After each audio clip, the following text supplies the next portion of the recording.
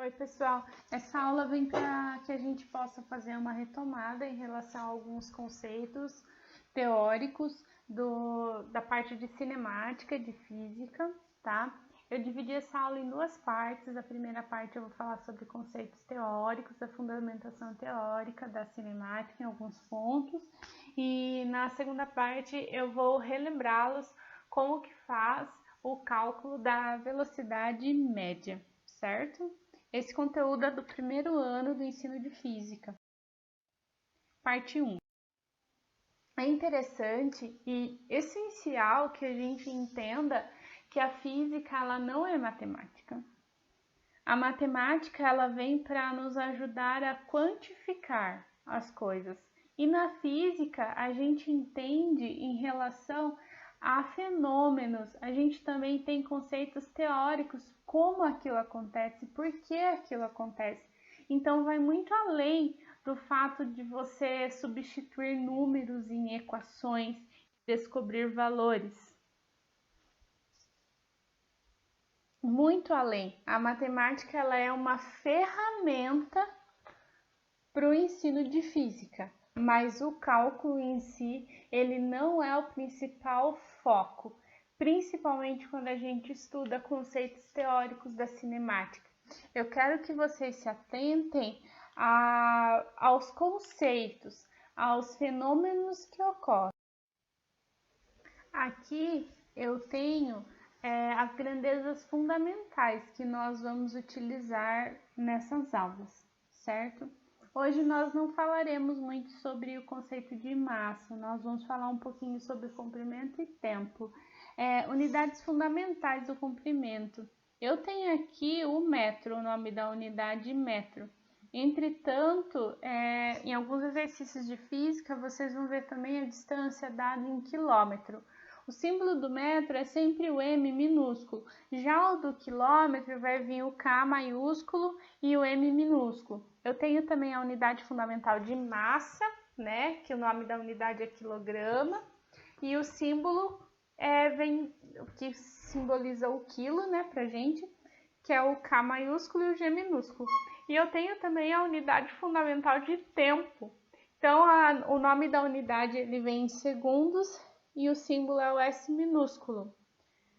Em física também é muito comum nós utilizarmos na unidade do tempo o tempo dado em horas. Nesse caso, nós utilizamos como símbolo a letra H minúscula.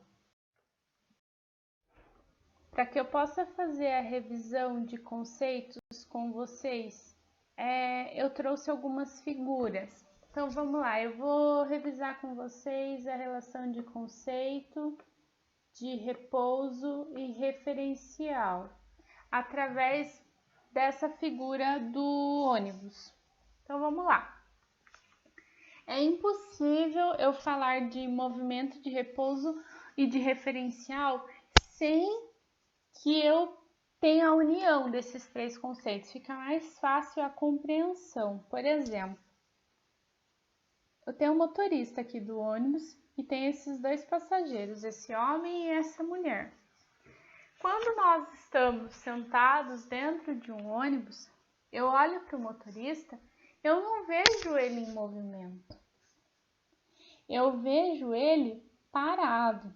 Então, este homem aqui está vendo o motorista parado, que seria em física para a gente o repouso. Então, o que é isso? Ele está tendo ele próprio como referencial. Ou ele pode ter também o ônibus como um referencial. Em relação ao ônibus, o motorista está em repouso. Agora eu tenho aqui este elemento, este senhor que está aqui fora. Se ele for o meu referencial, o motorista está em movimento. Por quê? Porque quando eu estou no ponto de ônibus em repouso, sentadinha, e estou vendo o ônibus se aproximar de mim, eu olho o motorista e eu estou vendo ele em movimento. Então, para que eu possa determinar se algo está em movimento ou repouso, eu preciso simplesmente eu necessito fazer o quê? Perguntar qual que é o meu referencial. O meu referencial é essa senhora que está sentada atrás desse senhor? Se for esse referencial, este senhor está parado em relação a essa senhora. Entretanto, esta senhora de dentro do ônibus, tendo este senhor como referencial, em relação a ela, neste caso, ela andando, ela tem a impressão que este senhor está em movimento. Então, para que eu saiba o que é movimento e repouso, eu preciso fazer uma relação com o referencial. Então, eu preciso ter um ponto de referência para que eu possa determinar esses conceitos. Movimento é quando algo se desloca. Repouso é quando ele não está se deslocando. Agora nós vamos falar sobre trajetória. Trajetória é quando eu percebo o caminho que algo fez, um objeto, uma partícula, um meio de transporte, para chegar no seu destino final. Então, aqui nesse caso, eu tenho um avião. E aqui no primeiro movimento, olha, bem aqui, ele tinha justamente embaixo dele um ser humano. Mas quando ele solta a bomba aqui, ela vai caindo. E ela vem formando um movimento de parábola. Quando ela faz esse movimento aqui, é um movimento de parábola. Então, é a trajetória desde a hora que ela partiu, desde o seu espaço final desde o seu espaço inicial até o seu espaço final. Isso é trajetória. Agora, eu vou falar para vocês em relação a ponto material e corpo extenso. Ponto material e corpo extenso. Eu também preciso de referencial. Então, vamos lá.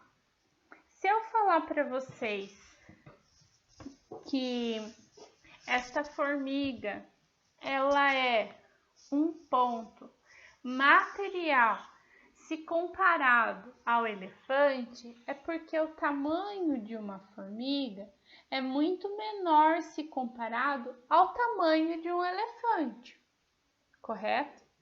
Então, ela é ponto material. Mas, se eu comparar, por exemplo, o elefante com a formiga, eu estou tendo o elefante como meu referencial nesse caso, ele passou a ser um corpo extenso. Ele é um corpo extenso comparado à formiga porque ele é muito maior. Mas o elefante vai ser sempre um corpo extenso? Não, porque depende do meu referencial. E se eu comparo o elefante com o tamanho do planeta Terra? O elefante que na primeira situação que eu comparo ele com a formiga, ali ele, tendo o elefante como minha referência, ele era um corpo extenso. Mas quando eu comparo ele com o tamanho do planeta Terra, ele passa a ser um ponto material. Por quê? Porque comparado com o tamanho do planeta Terra, ele passou a ser pequeno. Ponto material, o conceito dele é o seguinte, é quando eu posso comparar com outro corpo e ele ter dimensões menores que o outro corpo. Ele passa a ser desprezível se comparado ao outro corpo.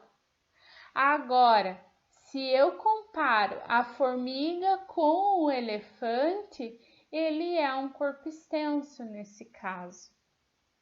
Por quê? Porque ele é muito maior. As dimensões do elefante, ela é muito maior que a formiga. Então, esses são conceitos. Velocidade e aceleração vai ficar para a parte 2 da aula. Um corpo pode estar num determinado instante, estar em repouso em relação a um certo referencial e em movimento em relação a outro, que é aquele exemplo que eu expliquei para vocês.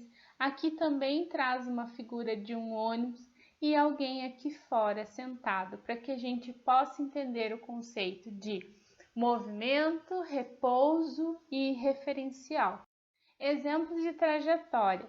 É o lugar geométrico ocupado pelo móvel ao longo do seu movimento. Seu rastro, entre aspas, no espaço visto por um certo observador. Logo, a trajetória dependente do observador e referencial. Por que eu trouxe essa outra imagem para vocês? Porque eu também tenho uma questão da trajetória, ela ser algo que também depende muito do meu referencial. Para essas pessoas que estavam paradas, elas viram essa bomba ser solta aqui, fazer a trajetória da parábola, vir parar aqui, e elas tiveram a oportunidade de ver a trajetória de parábola da bomba. Já o piloto do avião, como ele não tem essa visibilidade deste espaço que eu estou passando o laser aqui para vocês, o que acontece? Ele tem a impressão que a bomba caiu em linha reta, certo? Então é por isso que nesse slide tem essa relação de trajetória e referencial. Observe que quem estiver dentro do avião verá o objeto cair em linha reta e quem estiver na terra verá um arco de parábola, que é o que eu tinha explicado para vocês, tanto no slide anterior quanto reforcei agora. Com relação à trajetória, os movimentos são classificados em... Então, eu tenho movimento retilíneo. Retilíneo vem da palavra reta.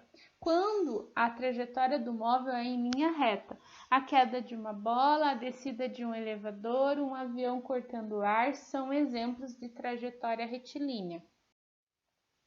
Eu tenho também trajetórias de movimentos curvilíneos, quando a trajetória do móvel é em linha curva, incluindo os movimentos circulares, elípticos, parabólicos ou hiperbólicos. Então, vamos lá. Eu tenho aqui exemplos de trajetórias que elas não são em linha reta, ok?